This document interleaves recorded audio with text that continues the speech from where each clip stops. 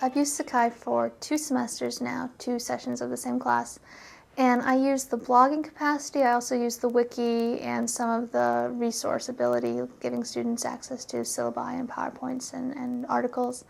And so when I'm using the blog, mainly what I do is I require students to write 1 entry and comment on 2 entries each week. And I essentially encourage them to write about issues that, questions that they have, experiences that they've had that they think really illustrate the ideas. They can link to videos and, YouTube videos and things that they think are really good examples. If they disagree with me, I tell them this is the place to really write about that and have conversations.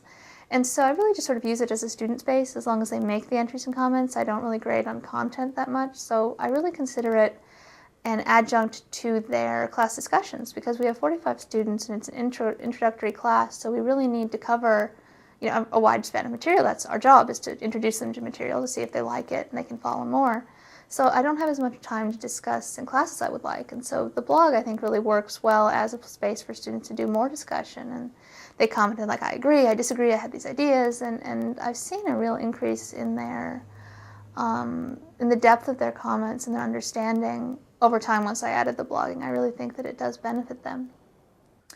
I guess what surprised me most is the extent to which students really take ownership of the space. Like if you tell them you can use this for whatever you want, they actually use it. I mean, I require them to use blogs, but I don't require them to do things like post polls and ask other students what do you think and host discussions. And I think that Sakai has that nice flexible interface where students can make it what they want it to be to a certain extent. It seems more friendly and open than other course sites that I've used in the past, where to a certain extent I think it has a small resemblance to Facebook, which makes them more comfortable in terms of how it's set up. And so they can do all sorts of things with it and post media in there. And I think that's what surprised me the most, is just students using it creatively, as opposed to it being, like a discussion board or something very rigid, where they have to just do this, do this, do this. So that's been really a surprise, a pleasant surprise.